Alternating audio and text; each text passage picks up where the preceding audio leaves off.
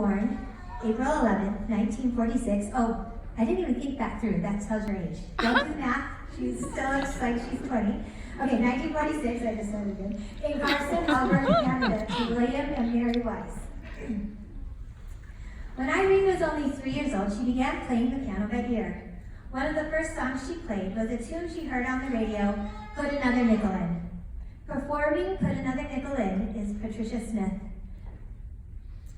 Patricia lives in Provo and studied with Dr. Peery-Fox from 1986 to 1990. So Patricia, come on out.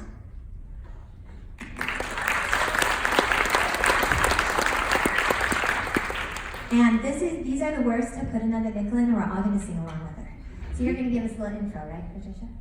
You say what? You're going to give us a little intro, right? Yes. Okay, perfect.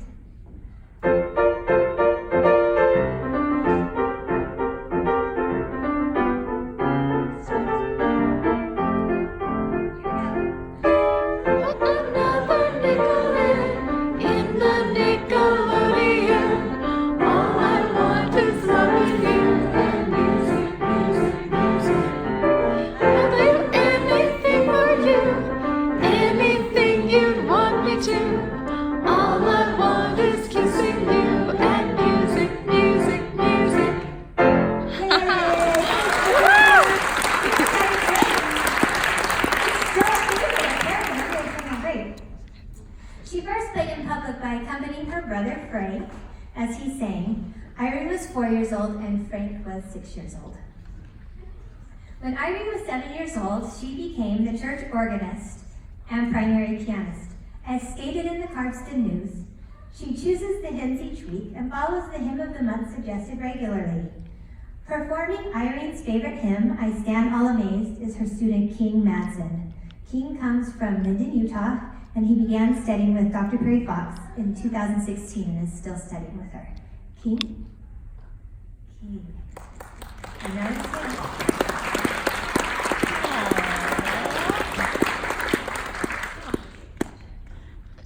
King said, we'll just sing the first verse, but King said it's okay if we sing with him. No intro, just give us the first one. So cute.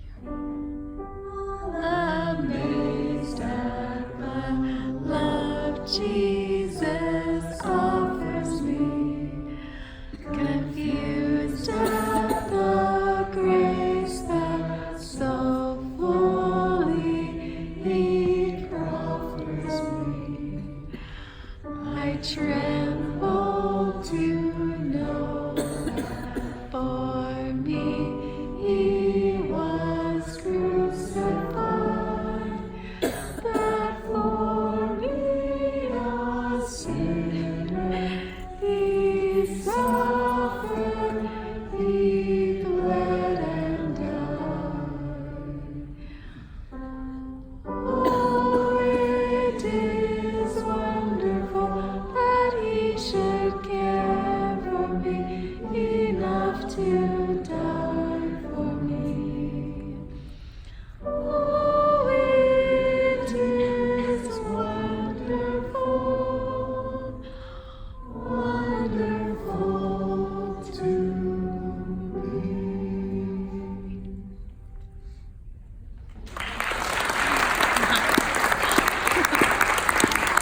And the picture of Irene, he's 8. Go ahead. I just wanted to say, you just won the competition today to play with the symphony, so he'll be playing with the symphony. Wow, congratulations, King.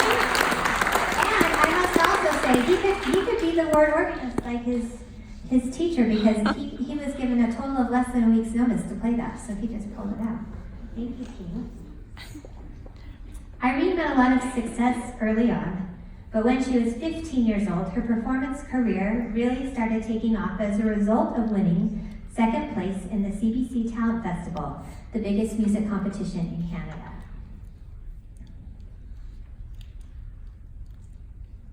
Whoops. Our second young contestant, Irene Wise, lives in Cardston, Alberta. She has already accomplished a great deal in her short lifetime, for she is now only 15. She studies in Calgary with Mrs. Gordon Egbert and has won a number of awards, scholarships, and prizes. the Lethbridge Festival, she won the Sir Alexander Galt Chapter Award for being the most outstanding musical student, and she had the highest marks in the concerto class in the Calgary Festival, and this year has given 8 concerts with the Calgary Philharmonic Orchestra for the children of the Calgary schools. We're to hear Irene Wise this evening in the first movement of Beethoven's Concerto for Piano and Orchestra No. 3, Opus 37 in C minor.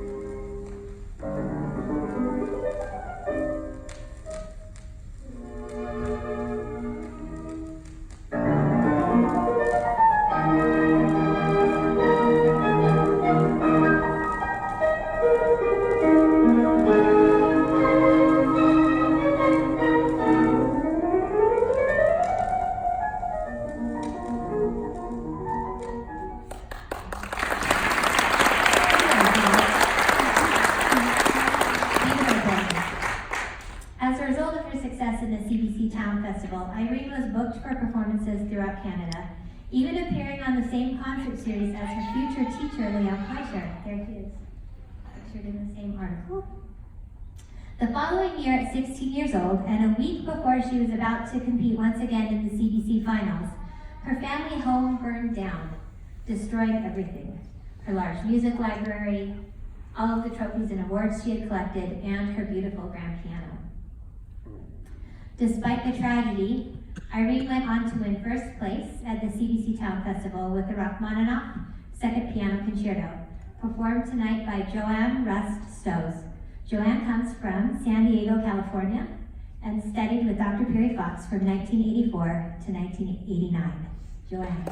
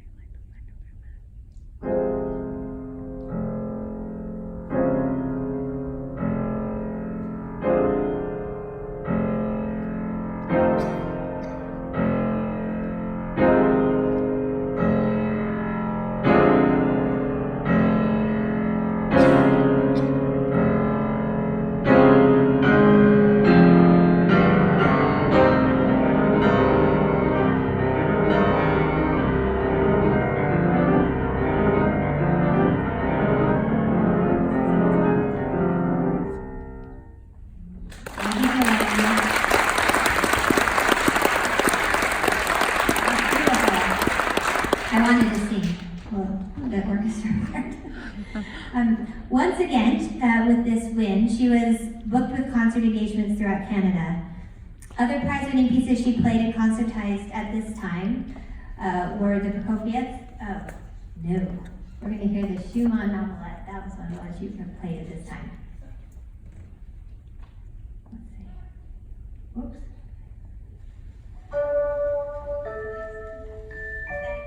Those ding-dongs? Is that a Canadian thing? Canadian radio? Oh. During the next half hour, the Canadian Broadcasting Corporation presents Irene Wise, pianist. Irene Wise is now 17 and is from Cardston, Alberta. Since she was 10 years old, she has been a pupil of Mrs. W.G. Egbert of Calgary. Last January, she was the winner of the CBC's Talent Festival program, and this year was the guest soloist at the opening concert of the Calgary Philharmonic Orchestra, playing the Rachmaninoff Second Concerto. Later in the season, Irene Wise will perform with the Edmonton Symphony Orchestra. We'll first hear Irene Wise in music by Robert Schumann.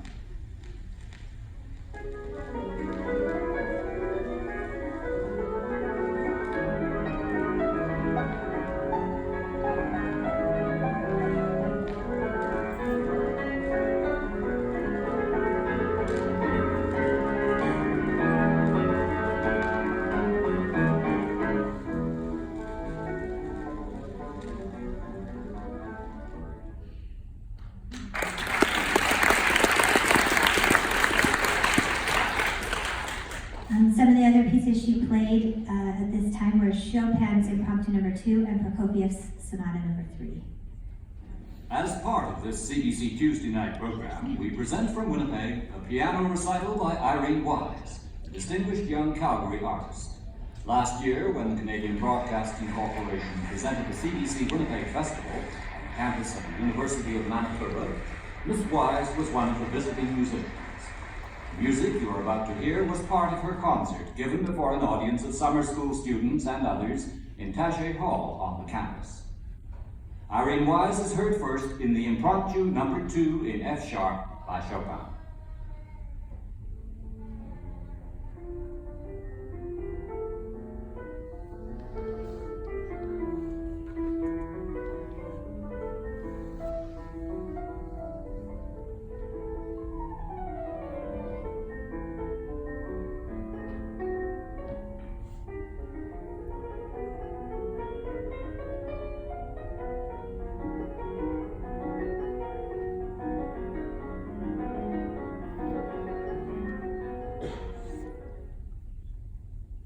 Here it is, the third piano sonata by Prokofiev, played by Irene Wise.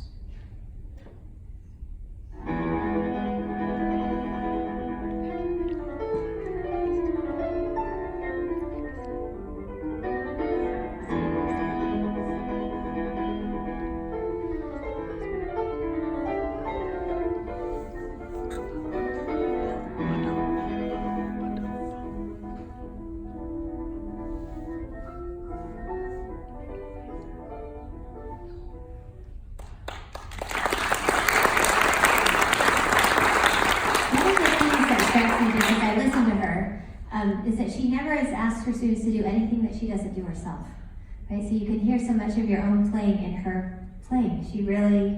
She's not just making it up. She knows what it takes to do that, and she does the work and gets those results, and that's the same thing she asks of her students. As one newspaper article described, a smiling, bouncing button of a girl from Cardston who really means business when she sits down to a grand piano, heard her talent described as a kind of genius at a concert here Friday evening. Irene went on to Juilliard with a full-ride scholarship where she completed her bachelor's and master's degrees. She got married and had her first child, Joseph, while studying at Juilliard. In 1972, when she was pregnant with her second child, yours truly, she gave her Carnegie Hall debut. From her New York Times review, her playing made clear why she has been a frequent prize winner. She is a capable technician, a poised performer, and a correct interpreter. Amongst the pieces she performed that night was the Prokofiev Toccata, performed tonight by John Xiao. John comes from Salt Lake City, Utah, and he is a current student of Dr. Peery-Fox and began studying with her in 2017. Gian.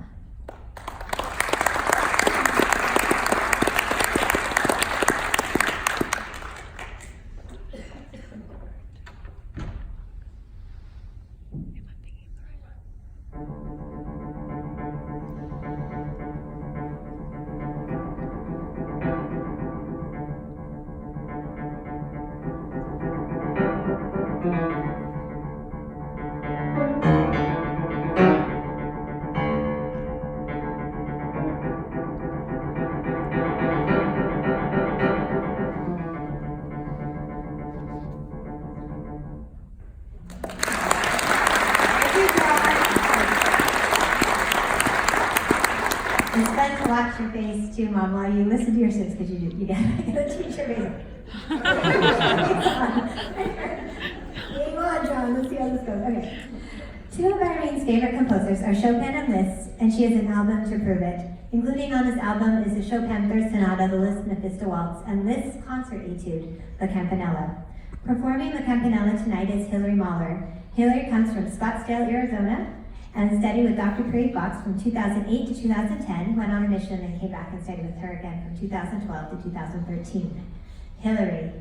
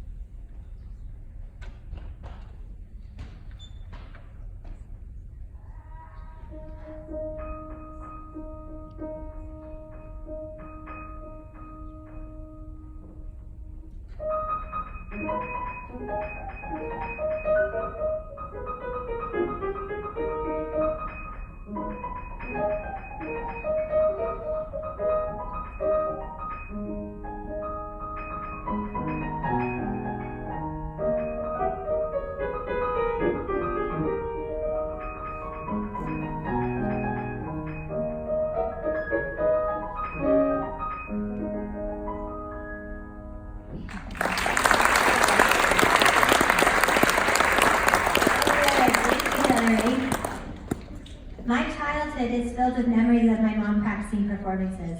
Some of the concerto performances I remember most are the Saint-Saëns G minor and the Tchaikovsky First Concerto. Performing Tchaikovsky Concerto No. 1 tonight, the first movement is Calo Latu. Calo comes from Provo, Utah, and studied with Dr. Peery-Fox from 1990 to 2005. And Calo, we can sing with you, right? Yes. Yes! I'll play the opening parts and then you join. Then we're the orchestra. Audience participation.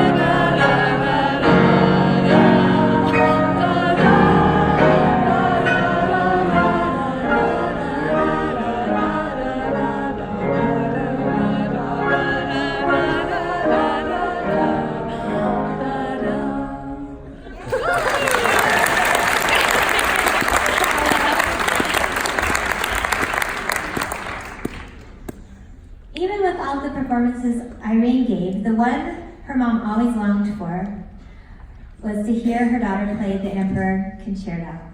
And her mom was a big part of her studying and all of her talent and time, all the time that was put into her training early on.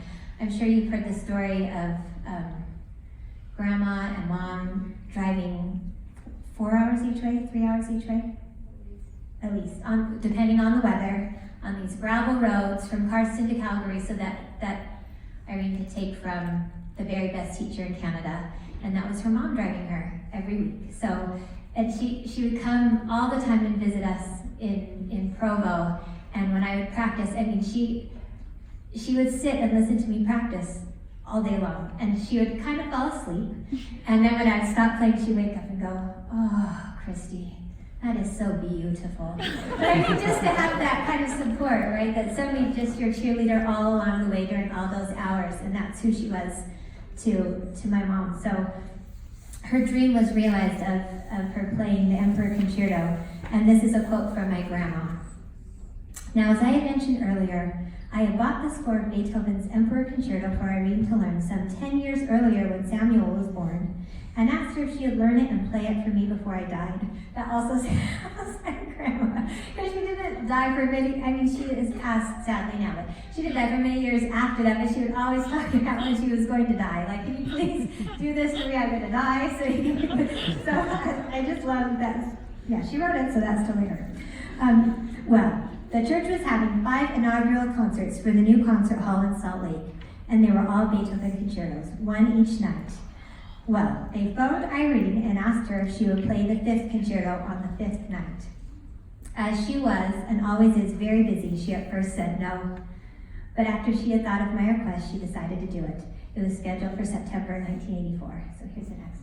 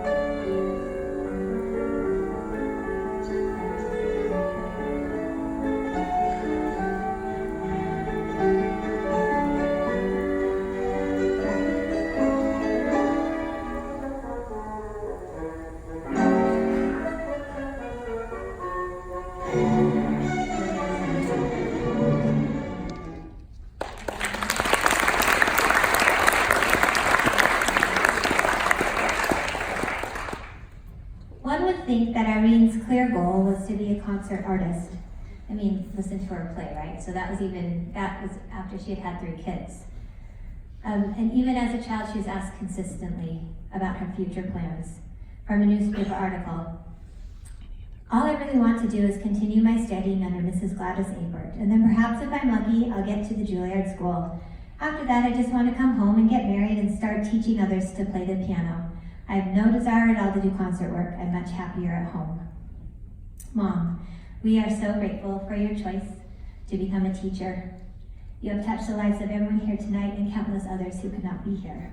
Thank you for your love of music, for your love of us, and for your love of teaching. We really do love you. So.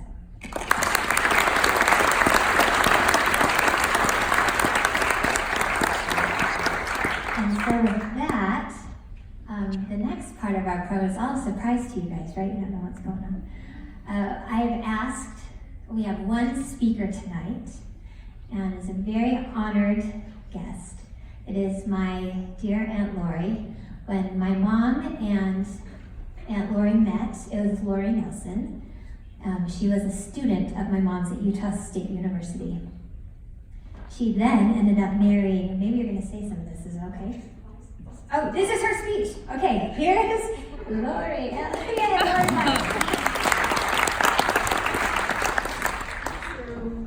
When I was 14, I was going to do a flute solo at the Utah State Fair.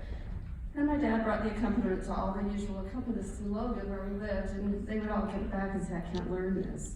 So finally I said, Dad, there's that lady from Juilliard that has her ad in the paper. I think her name's Irene Peery. And can't you just call her? So we called her, and she said, sure, and this is how much I charge. And my dad said, okay. And we ordered the music, and she called us the next day and said, we're ready to rehearse. And it was not difficult music for her because she was, of course, very skilled. And we went and played the state fair. I was able to get first place, and I don't think it was my playing, I think it was her wonderful artistic accompanying.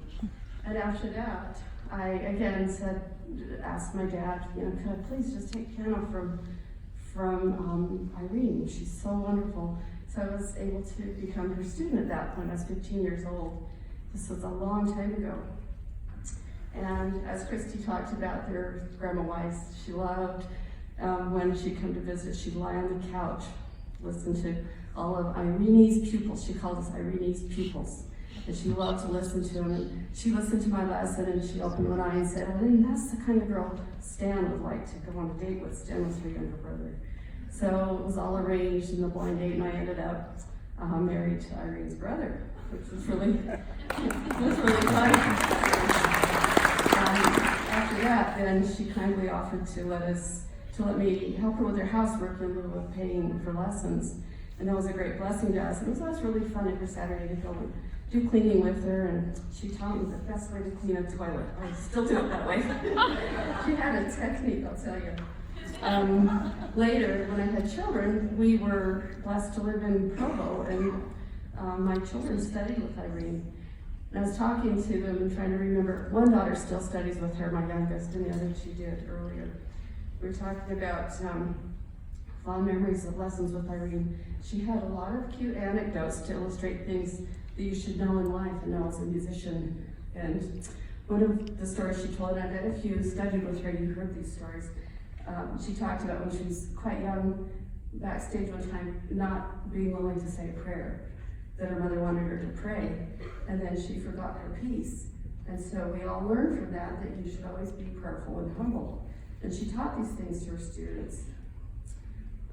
Another one remembered was, I had them all shut down and then I forgot them because usually I just play the piano for people I don't talk. Oh yeah, thanks Jenna, yeah. She was playing a concert and a fly landed on the piano and she killed it with her finger while she was playing. She said, I thought I'm gonna play the rest of my piece with fly guts on my hand. The show must go on. And so she finished, and I guess God cleaned us out and finished it after. And the other one, I remember she told us probably about age of 16, being very fashion conscious and very fashionable. She dyed her hair blonde and had beautiful pink lipstick and went to her lesson. And Mrs. Egbert explained to her that she shouldn't dye her hair and paint her nails and wear lipstick. And from that we learned that you always dress to be dignified if you're going to be a musician and have people respect you, you want to always look the part. And so we learned that from Irene as well. And one time she was playing a concert in Logan, and there was an earthquake while she was playing her concert. And she would tell the story, I just played and then I scooted when she was how she scooted. And I played and scooted until the concert was over. Never missed any notes. She's just, the essential performer right through the earthquake. And she would tell us about going to her lessons in New York with Madame Kavish. And one day she had to walk from the subway and her hands were really cold. She said, can I just take a minute and run my hands under some hot water? Madame Kavish said, darling, if you're not prepared. No, she said, if you're prepared, you don't need a warm-up. And so the kids always would quote that and say, we have to be ready for any occasion. We can't have any excuses. We don't need a warm-up. And so I just thought that was really fun things to hear from her life that she would tell the students during her lessons that they really could relate to her. As my daughters will tell you, she always wants to know about your boyfriends. And what's going on, who you're dating, and are you going to get engaged? And she wants to meet them and tell you if they're okay or not. She really likes to hear about those things, and that made us feel close to her. I remember for Jessica, she told her that she wouldn't give her another lesson at BYU until she bought a planner and filled it out and showed it to Irene that she was not going to miss any more things. So these are just great life lessons that we were able to learn from her. As a person and a family member, I feel a great love for Irene. She's kind to her parents, she was kind to her siblings, her nieces, nephews. She has a great love in her heart for everyone. And while she can be a demanding and exacting teacher, she always underneath it, you sense that she had a great love for you as her student or as her family member. And I just feel like she's built a wonderful, tremendous legacy here as she's taught so many of us for so many years. And we love you very much, Irene. Thank you.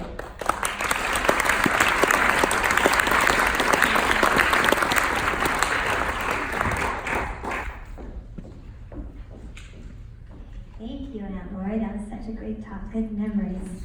You had Jody, Jessica, Jana, Jasmine, 3, right? I'll take. So parents know how that's great. So I work for parents too.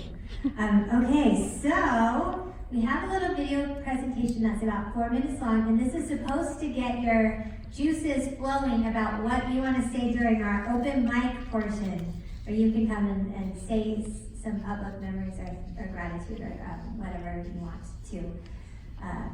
Dr. Fox. So we're going to have a little video, and then I'll have you come up to the stage for a second. Okay. Hopefully this. Whoops. This is so intense. Ready?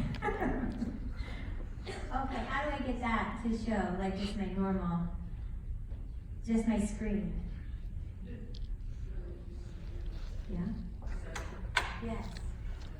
Thank you. How do I get that to show? Huh? Settings. Thanks, Clark. Oh, here she goes. Oh, okay.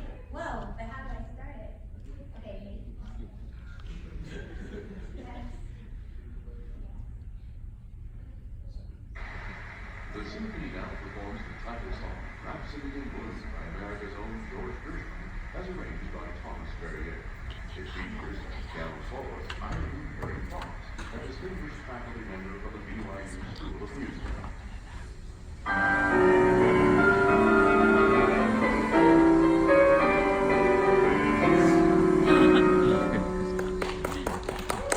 When I think of Dr. Fox, what is the first thing that comes to mind?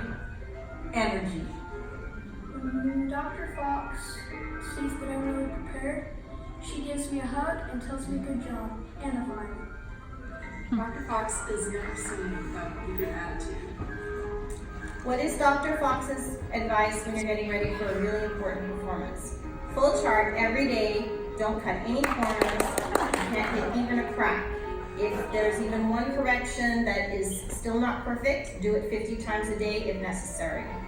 When Dr. Fox isn't teaching, she loves to grow flowers. What is the best advice Dr. Fox has ever given you? Performing is a vital part of performing.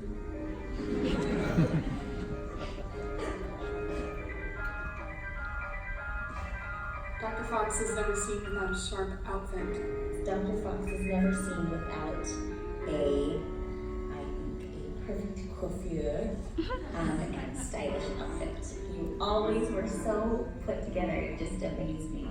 Your perfect hair and your beautiful suits and outfits. I really I always look forward to seeing you in your beautiful clothes. Dr. Fox is never seen without a...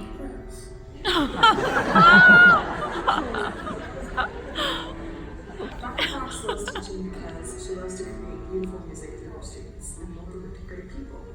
When you think of Dr. Fox, what is the first thing that comes to your mind? I'm most likely to hear Dr. Fox say, when I don't come well prepared, why did you bother coming to your lesson today? Hear Dr. Fox say when you don't come very well prepared. I never do come unprepared. Dr. Fox's favorite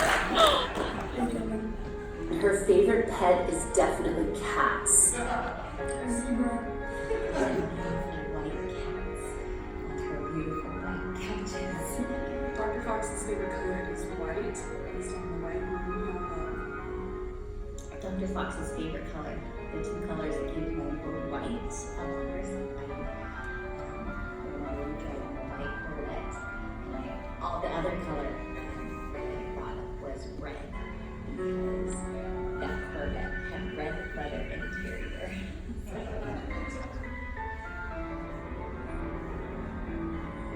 Her reactions were always encouraging, and that she knew I could do better, and that I would. I think you love teaching because I think it is your gift. It's your gift given to you by your Heavenly Father, and I think it's a gift that you give to all those you interact with. I love it. I think you love it because you are an inherent mother. You are a mother to all of us. I know you are a mother to me. And it's your way of raising all these people, all these students in the best way that you know how. And it truly is a gift to us. And we all love you. I love you so much.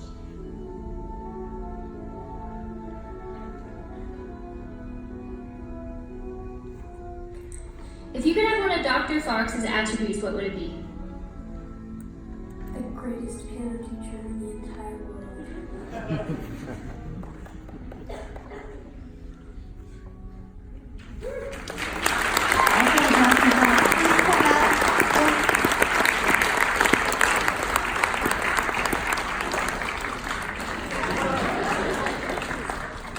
And then any grandchild that has a rose, I just want to be able to present her and for us to be able to applaud her one more time before we open them up.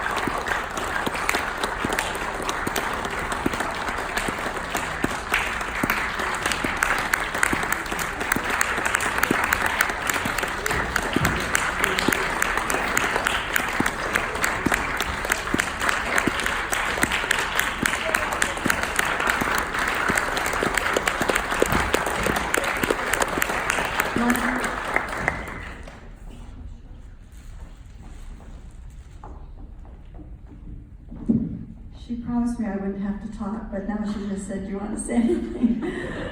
I just want to say that this is the most beautiful, familiar, wonderful crowd of people to see all of you students here together and just the friendship I have with all of you and realizing what great gifts you are, what great gifts you have in music, and so wonderful and so disciplined, and what great gifts you've been to me and you are to me.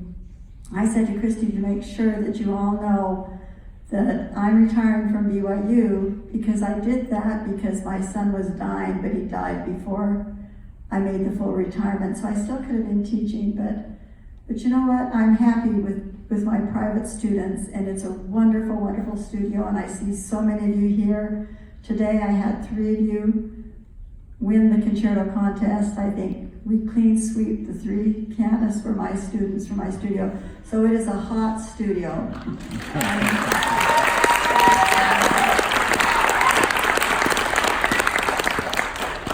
And they're doing so well, and everything that you've seen on the videos tonight are so true. I have to tell you, if my life is ever sad and I'm feeling bad, all that needs to happen is for one of you to walk in my studio, and I'm okay.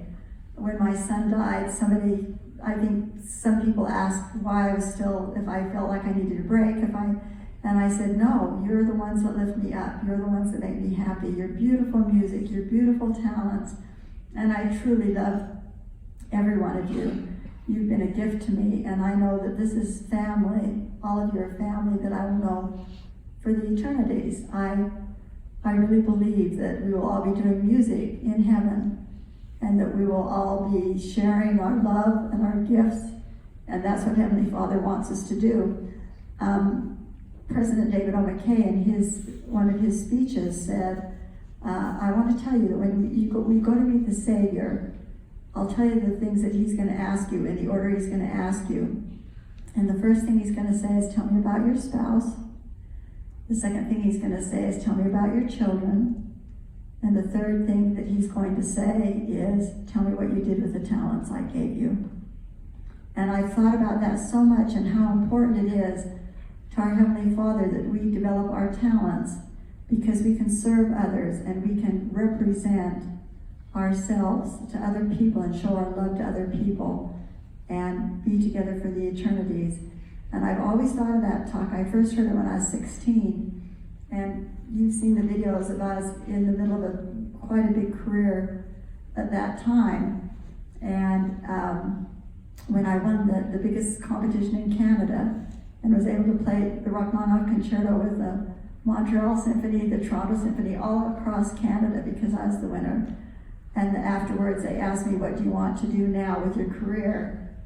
And I said, well, I think what I'd like to do is get married and have a family. And I can remember when I went to my teacher the next week, she said, darling, you should never say something like that on a paper interview. And I said, how come? And she said, well, they expect you to say, I want to tour the world, I want to be a concert pianist. And I said, but I don't, I just want to teach others. And that has been the dream of my life, to teach other people and to help them experience the same joy through music as I have experienced. And my daughter is a wonderful example. She's been such a joy to me, as to all my other 2 sons as well, who are amazingly talented and gifted and love music. And so we've had this bond, this wonderful music bond to share. And so it's been a wonderful thing in the family, it's been a wonderful thing in the community, and I don't think I will ever get tired of teaching. I don't think I will ever get tired of loving all of you. I look at each of you out there, I mean, you're my friends, you're all my students. It is so wonderful. This is the best group of people I've ever had gathered together. I love you all so much, and I appreciate your hard work in piano. I know I'm a hard driver, but I also love you. And you do such a great job. You are such thrilling students to me, and such a thrill in my life. And you cheer me up and make life worthwhile. It's just amazing what music can do to the soul. And I'm so grateful for all of you. And thank you so much for coming and for being a part of this. I had no idea what's going on tonight. This sweet daughter of mine, I didn't even know it was going to go on, but what a thing that she has done. What a bunch of memories she has created for me tonight. And I want to thank her for that. It's so amazing.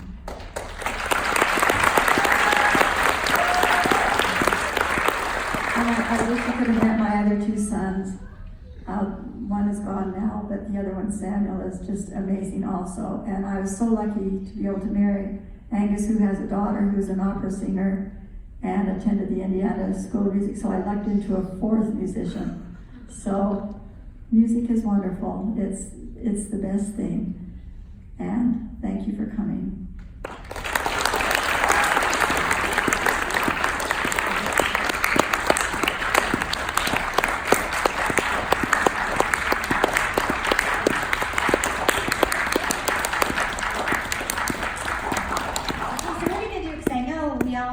To each other too, because it's such a bond to be a Peery student. But we want to do about 15 minutes of open mic, so we would love to have you come up. So I was thinking of how to do it so it wasn't too much like a testimony meeting, because that would feel a little uncomfortable. So we're going to make it fun. If you want to come up, just come have a seat. If you want to say something, we'll just take turns. Come sit by her. It's a nice privilege. Then just slide down and make room for another person. I'll start taking the chairs away at 20 after, and that's how we'll know. And then just to make sure that we keep it short so that we have as many people who want to share that can, we're going to have Doug Lowe. This is so awesome. Going to give, like, you know at the Oscars when the acceptance speeches are getting too long and they start playing the music? Doug's going to start playing the music. So we're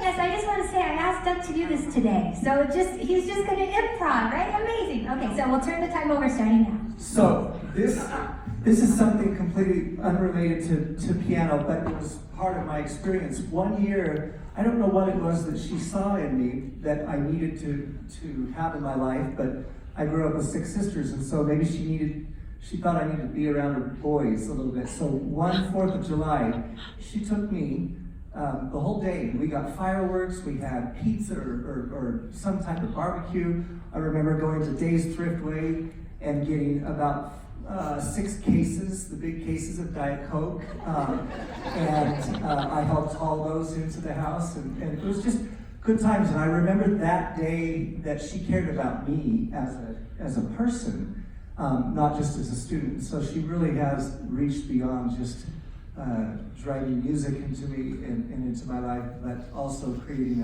a human experience for my life for many years to come. And it's influenced every decision that I've ever made. So I thank you for that.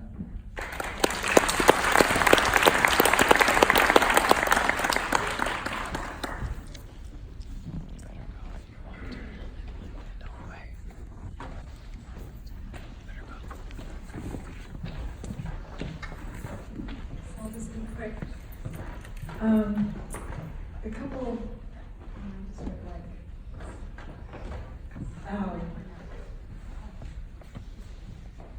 so I have this memory I took from Irene when she was about Christy's age right now, and I would go up to her house, and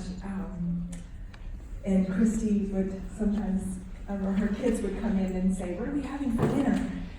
And I've just remembered this many times because I've had to tell it to my own children, but I just remember one particular day, I think it was Sam that came in and said, maybe it was Christy, "What are we having for dinner tonight, Mom?" And she said, "We're going to have roast beef again."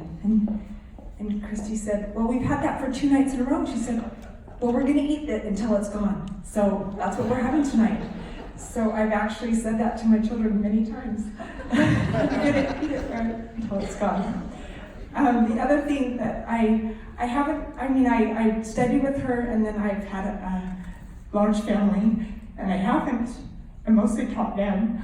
I haven't had a big studio or played a lot of places for years or whatever, but mostly just played for my family and for the choir, the word choir. But there's been many times when I played for the word choir or for my family, and I just feel this gratitude for my training, that I can play a certain phrase or voice a certain way or just have the color to add to the moment. And I just feel like, what a blessing. The whole education. I don't know if you ever have that moment where your whole education, all those years of playing and training and thousands of dollars that your parents put into it, makes it so that that one moment is really beautiful. So, thank you.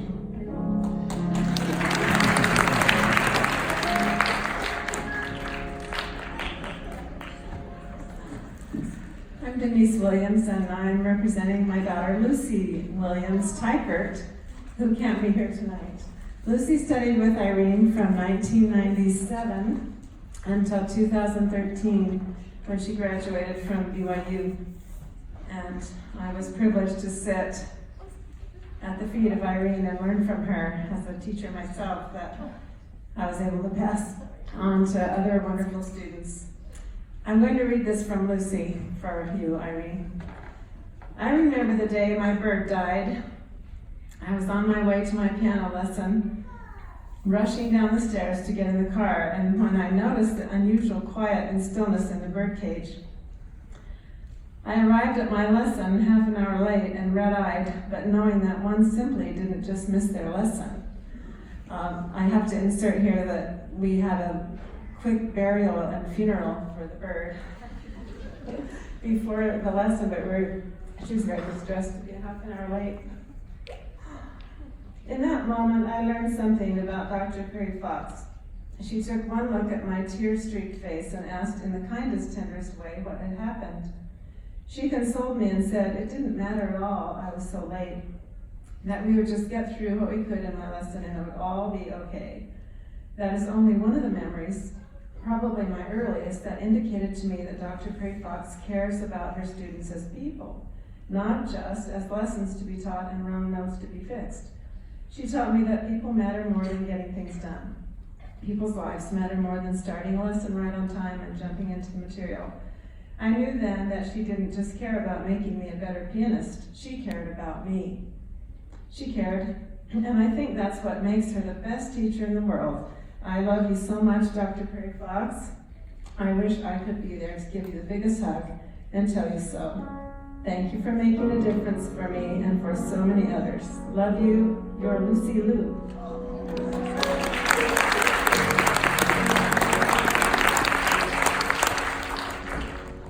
So I was born in, I'm just going to go to home. Just really quickly, just to mention of Diet Coke a second ago, reminded me of my very first lesson with her.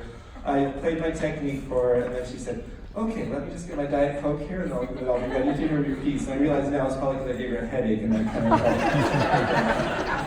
So that's number one. And then number two, for my very first lesson with her, I learned to listen. That's when I really started learning what to listen for and how to listen. And I love that, just what the first speaker mentioned, that I can sit down and I can shape a phrase, I can voice things, I can voice inner notes. And I remember one time her telling me when I was playing the Bach E minor partita, she said, I think this was one of my favorite pieces, Dan, because of the way you play it. And she probably says that to everybody, but that really meant a lot to me. And I really appreciated that. And then just the last thing, one of my favorite memories was when we had one of our BYU gatherings at the end of the semester at her house, and I had heard the story about her playing the accordion for all the faculty, and I finally convinced her to pull out her accordion, and we played Beer Barrel Polka, and I played it on the piano, and she played it on the accordion, and she tried to teach me. But anyway, I loved that. I loved that, she could be strict with us in our lessons and have high expectations, but she was also a lot of fun, had a great sense of humor, and could laugh a lot, so I appreciate that. Love her very much.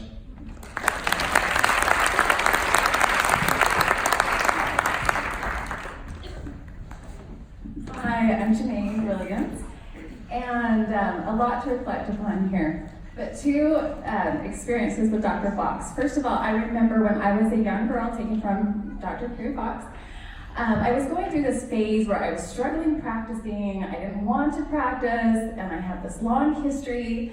And I remember feeling so incredible when Dr. Fox was willing to make this special chart for me. And if I would come to lessons and have it completely filled out, she would give me a stuffed animal. And I would get quite a few of these. And I remember I got a pound puppy that was covered in music notes. It was the coolest thing and made me feel so special. And it got me practicing, which was most important, right? I can only imagine what my mother and her talked about in this discussion to come up with this plan, but it worked. And then one other instance, I took from Dr. Fox through college, took a break, had my 4 children, and then eventually came back and earned my master's and almost my doctorate. And I remember when I was in the middle of having my family and taking lessons from her, and I was really struggling with wanting to continue with my music and knowing that my responsibilities needed to be at home. And I'll never forget sitting with her and her sharing with me the most wise words that had ever been shared. She referenced a scripture saying there's a time and a season for everything in our lives. And she says, and right now your time is with your family. And the day will come where you can return back to your love of music. And that day did return. And I'm very grateful for those words of wisdom that I have clung to. I think Dr. Fox has just really made all of us feel so special. We all think that we're her favorite. And I think that's what makes Dr. Fox so amazing, that she makes us feel loved.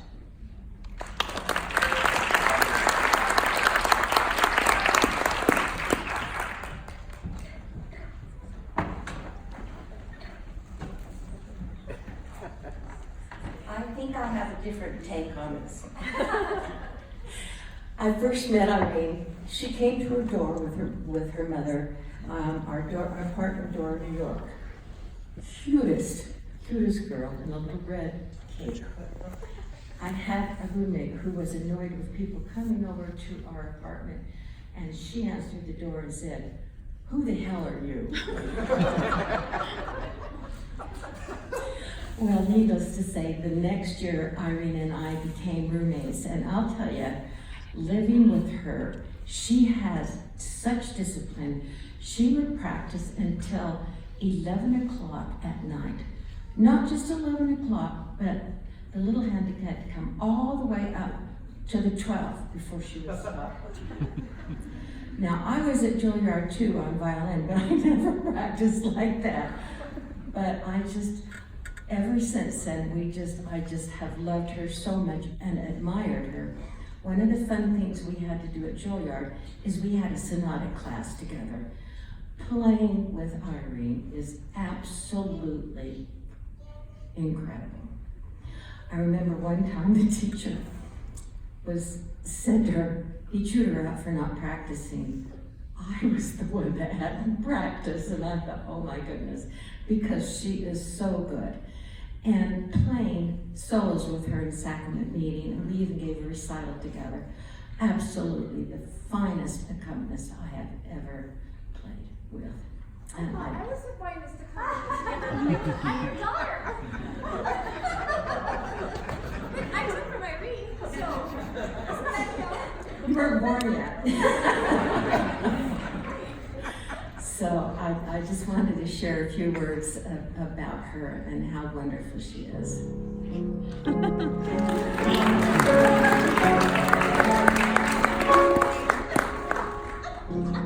And now I would like to sing. I'm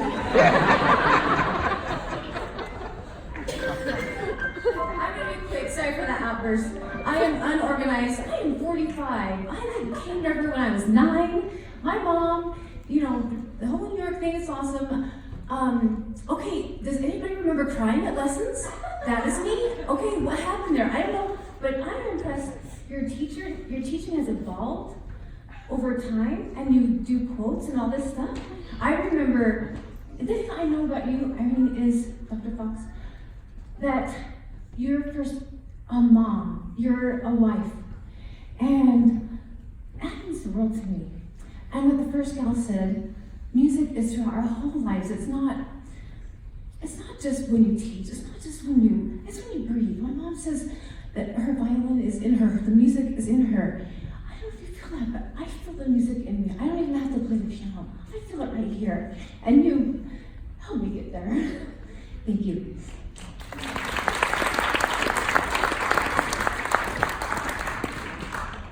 I loved Dr. Peery-Fox for her ability to remove the possibility of excuses for anything. There was I remember going to her and saying, I've practiced so much that my fingers are bleeding, and she'd say, oh, you just get some nail glue and just put it, and then you can keep going, and it's there was just no excuse. And I worked at a pizza place, and grating cheese in this industrial cheese grater, and it went into my fingernail, and I can't come to a lesson because cheese grate. That's okay, just come with the left hand and we'll work. Okay. Which I love. It's been a really great thing for my kids that come up with really great excuses. I think that's a wonderful explanation. Go to the thing that you're supposed to do. I also loved that the first time I asked Dr. Peery-Fox what to eat before a performance, thinking that it would be, I don't know, something really complicated, but she didn't even hesitate. Chocolate. Sweet. Say no more. And I just pound chocolate every time I get to perform.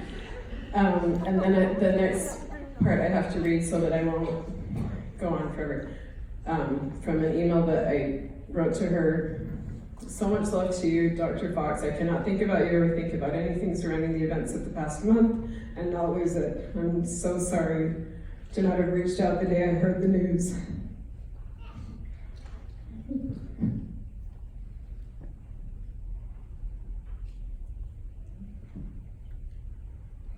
God, misses and I left.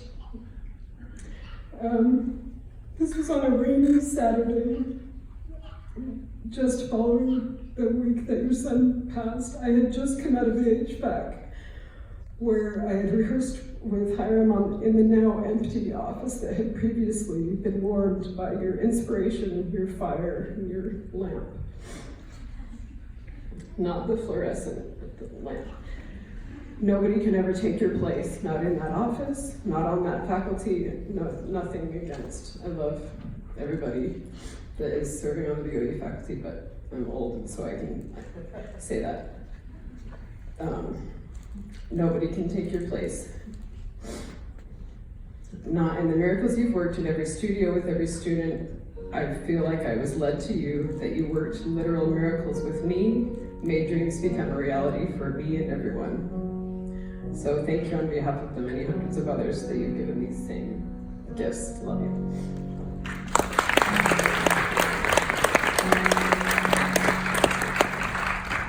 So my mom nudged me down and she's like, okay, you need to speak for me and you need to tell Dr. Fox how grateful I am for her to have accompanied you out of state to California, to Wisconsin, and she really does take the personal time to support us students. I remember when my parents and I realized that Dr. Fox is actually human and she eats food. My dad loves to cook, and so I think we made some type of food, and we're like, should we share this with Dr. Fox? Like, Dr. Fox, do you eat?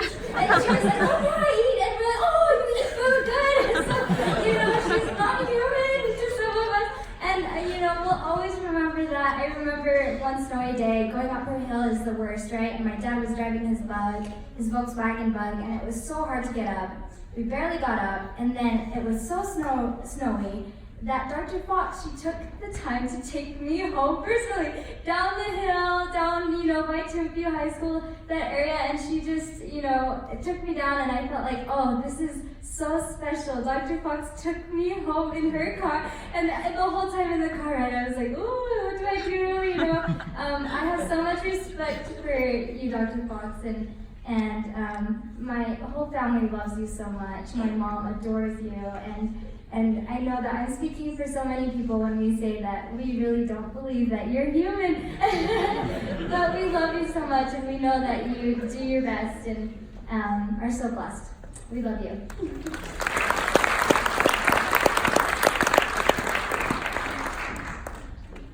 Okay, just for time, we're going, I think the stair people, is that right? Okay, so Jessica, will you be the last one? Yeah, we're all gonna go at the same time. Okay, the Weiss girls, can they be you can go, yes. But the Weiss girls, you be the last one. That's great. That's a great finale right there. Okay, so, and then we have the notebook, the memory book that you can write other things in for her. We'll have that on the piano.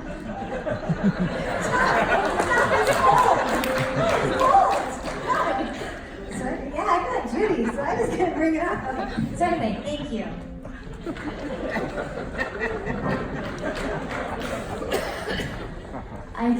personally say the nail glue thing is real. Like 3 months ago, that was suggested to me.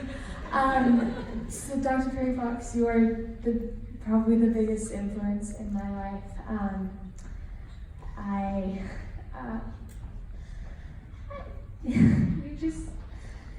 You're just such a wonderful example to me. I never cried with speaking, but and I just have so much love for you, and I know that you'll just always be there, and I'm just so blessed to have you part of my life. And I love you so much. Thank you.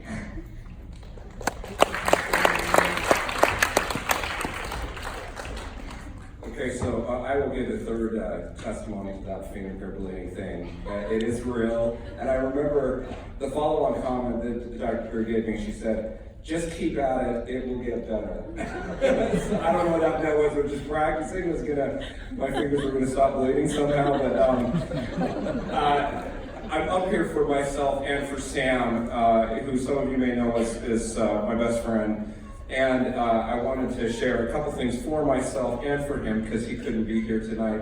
For those of you that know Sam and you know what happened with Joseph, this is the gift that keeps on giving. He is taking his nephew around 2 music schools around the U.S. so that he can audition to get in because his father can't. So I just thought that's a really wonderful thing, and he really wishes that he could be here. So my first masterclass memory comes when I was 14. And this was before I was taking from Dr. Peery, and it was great because I just gotten to know Sam at junior high school. So I came up to his house, and as a very self-aware 14-year-old, I rang the doorbell, and no one answered. And there was piano music playing, and I kind of peeked through the side window, and I saw there were people sitting there, and I thought, oh, this is funny, someone's playing the piano, nobody's answering. So I kept jamming the doorbell for several minutes, and finally the door opened very abruptly, and I think this is the first memory I have of you. And there was this look, like, and I was like, I said, hey, is Sam here? And she goes, yes, I think he's upstairs. You shouldn't do that. We're having a class. And then I walked in, I stepped in the foyer and I looked, and there were about 20 people, some of you maybe, sitting in the room, staring at me like who this idiot was that was jamming the doorbell. So that was my first memory.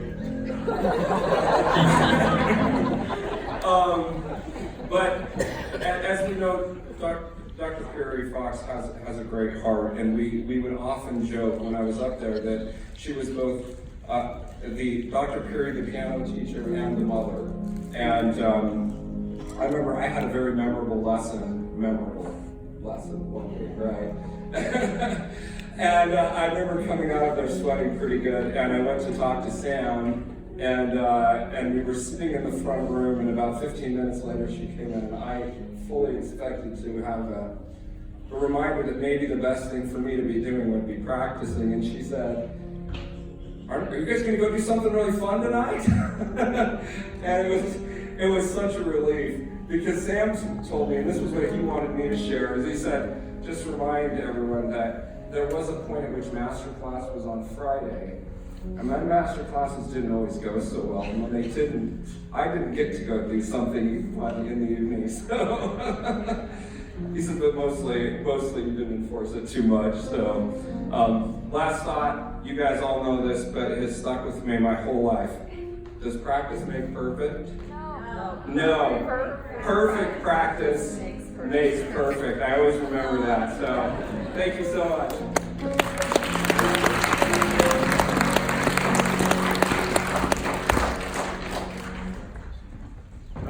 What an honor it is to be here. I'll see if my Texas accent comes out, having lived there for 20 years now. Really just 5 key points. First of all, my first introduction to Dr. Fox was, I delivered newspapers as a 14-year-old boy, and I remember reading the papers, and I would always see these articles about this piano teacher whose students were always winning. So by the way, she's always had a hot piano studio, right? Always. So I thought, gosh, I want to take lessons from her. So secondly, I remember going and auditioning and playing this Brahms intermezzo and wondering, is this good enough? And so delighted a few months later when I got the call saying, this, you can come join the studio. Third thing, at that point, then my parents said, well, I'm not sure we can afford it. How much can you contribute? So I got a job, and we're cleaning schools, toilets even, in the bathroom at an elementary school near our home. And back then it was $3.25 an hour, and I would work the entire month and give the check to my dad, and it was totally worth it. Because then I got to take lessons from the best teacher ever. So thank you.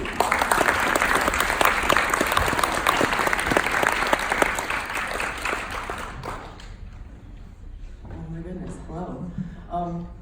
All right, so I started taking piano lessons from Dr. Peery when I was like 5 years old, so I was like this tall. And I remember hearing that my dad had taken piano lessons from her in college. I'm like, oh my goodness, this woman must be like a dinosaur. Probably like an immortal, like, because like, I don't know, when you're 5, you think your parents are like 300 years old. You're like, oh, if they took piano lessons from this person, she must be like, yeah. Sorry. But yeah, no, I just had so many good memories, and she was always just like a second grandmother to me, and she was just like the most amazing person. And I remember back in like 1st grade, she had me come play for a class here. I don't know why, but having like a 5-year-old come and perform for like college students that are like working on their master's degrees, I don't understand. Anyways, but then like she kept saying, she's like, you're so talented. I'm like, thanks for building up my 1st grade self-ego. And then making me have no friends in elementary school, it's fine. Sorry, I'm being like so sarcastic and mean, but no, really, these lessons and Dr. Peery had such a huge impact on my life, and I benefited from them so much in my life. Even like in school classes, they're like doing technique in like the circle of this, and like, what's the key signature for this? I'm like, oh, that's like F sharp, diminished major, augmented. That's not a key. Yeah, but yeah, so I've just benefited so much, and I love Dr. Peery, and yeah, it's true, we didn't think that you were human, but now we know, and yeah, I love you so much. Thank you.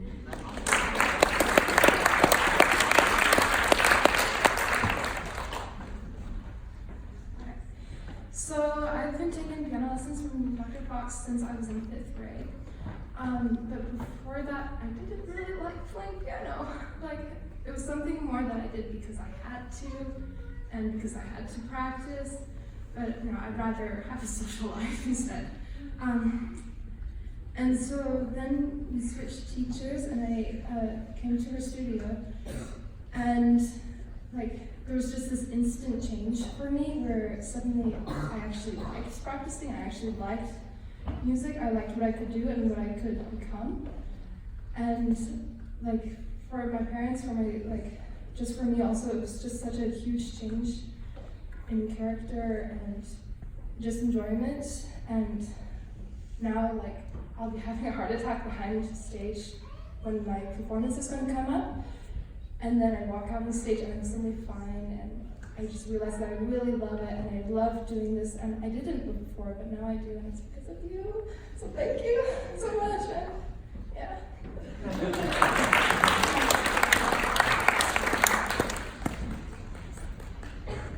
Hi. I feel so honored for Dr. Fox to be my teacher, and she has changed my life, and there are no words to describe the gratitude that I feel for you. And I thank you for being my friend and my teacher and my number one supporter in every decision I make in piano and in everything. So thank you.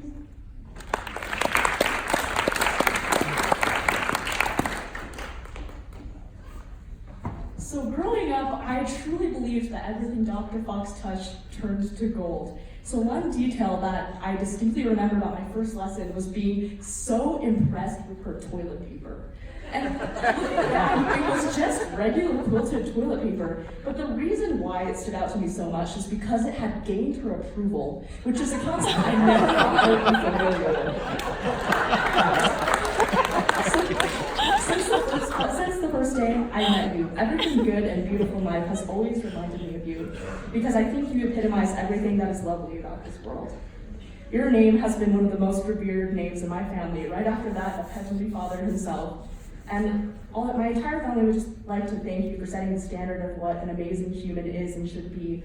And I'm so grateful that you were the #1 influence in my life, because what an influence to have. I mean, I think that you can do no wrong and that you are actually a flawless human being. So thank you so much.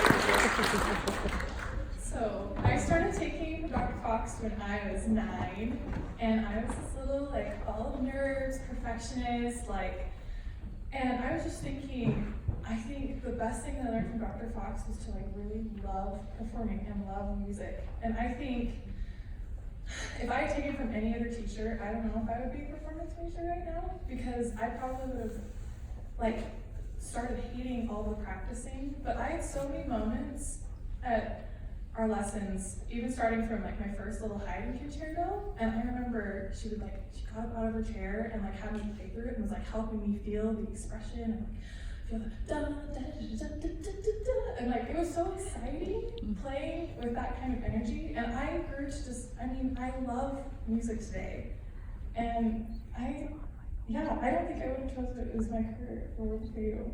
I learned so many amazing things about music and about hard work and about loving and sharing my talents with people for me. So thank you so much.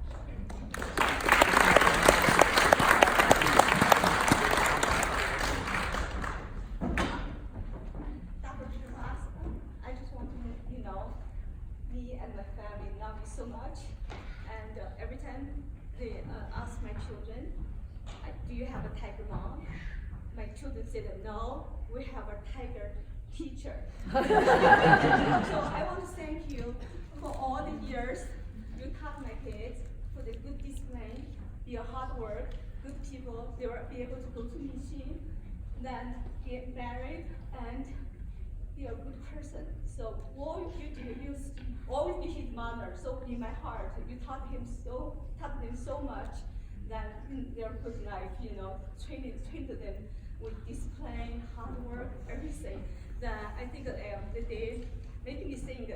I think the day before yesterday, Jim returned my phone call. That is about 11:30. And I said, Jim, why you don't sleep? He said, I already get up, Mom. I will went to lab to work. That made me immediately thinking, Dr. Peery-Fox, you taught them all the hard work, discipline, and all these things. I really appreciate it in my life. So thank you for teaching my children.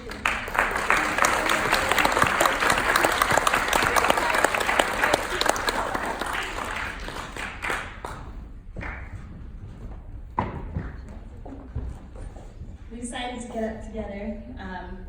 We are, as she calls us, Dr. Fox's cute little nieces. But she's not Dr. Fox to us, she's Aunt. We have several aunts, but we always just called her Aunt, and we all knew who we were talking about when we did. I didn't end up pursuing music as a career, but I always remember one thing Aunt taught us, and that was it doesn't matter what you do as long as you're the best at it. And I wasn't the best at music, but I've always, anything I do, I try to, be as good as I can at it, and that's definitely something that comes from her. Can we just get a round of applause for the heated floors in her house?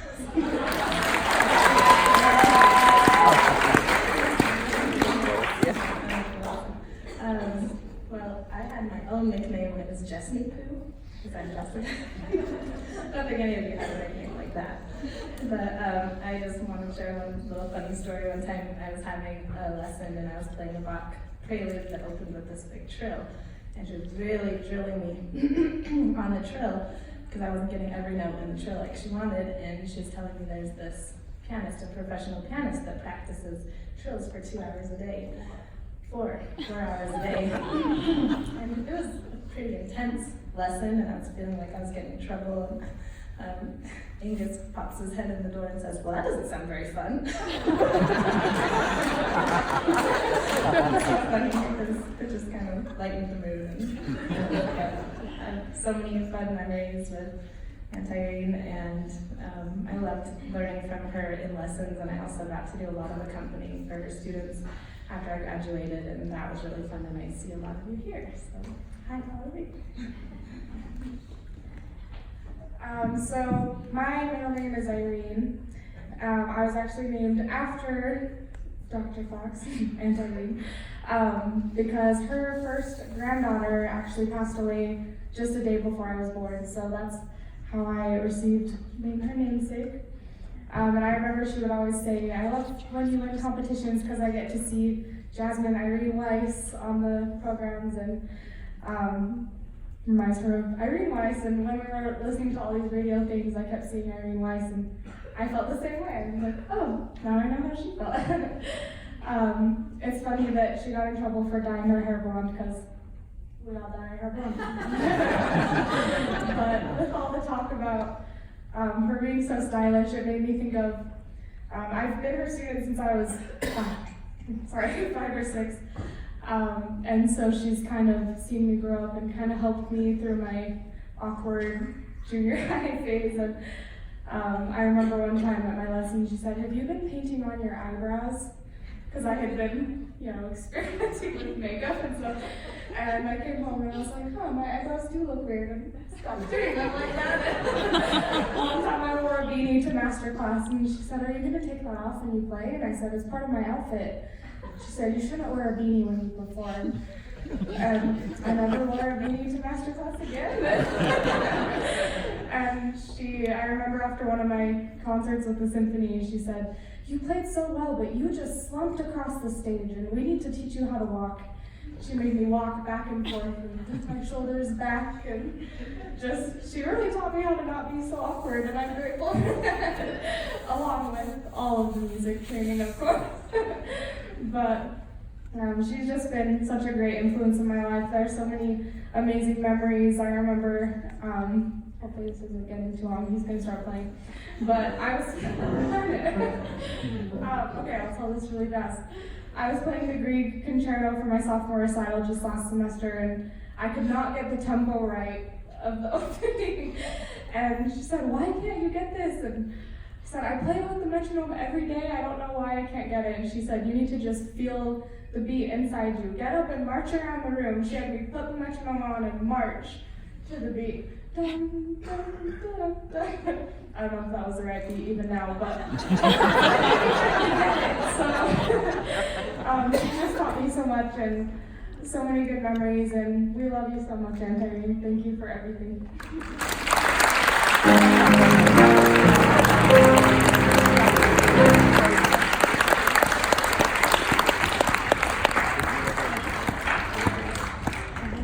Thank you all for coming. There's food if you want to chat with each other. There's food on this side. Oh, we're going to get a picture. Good idea, Emily. Can we turn the house lights up?